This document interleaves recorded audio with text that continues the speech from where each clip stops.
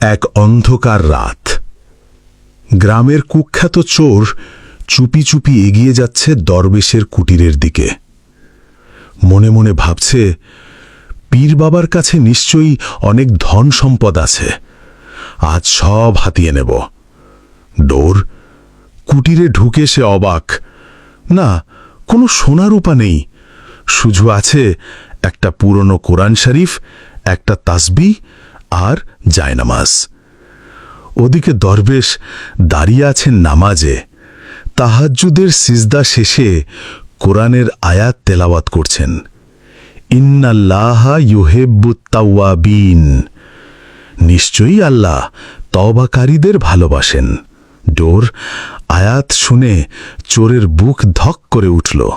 মনে হলো এই কথাটা যেন তার জন্যই নাজিল হয়েছে।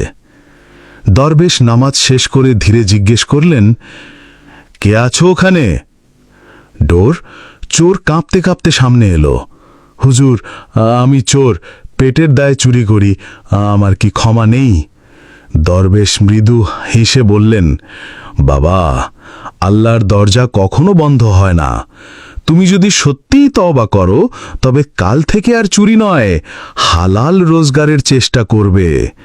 রাসূল সাল্লাল্লাহু আলাইহি ওয়াসাল্লাম বলেছেন, সত্যিকার মুমিন সেই যার হাত ও জিহ্বা থেকে মানুষ নিরাপদ থাকে। ডোর চোর দরবেশের পায়ে পড়ে কান্নায় ভেঙে পড়ল, হুজুর, আজ থেকে আমি বদলাবো, আমার অন্তরের চুরি আমি ফেরত দেব আল্লাহর কাছে।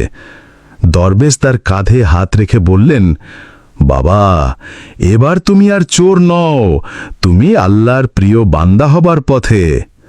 ডোর সেই রাত থেকেই বদলে গেল এক মানুষ। চোর আর নেই, সে হলো গ্রামের সৎ মানুষ, আল্লাহর পথে হাঁটা এক নতুন বান্দা।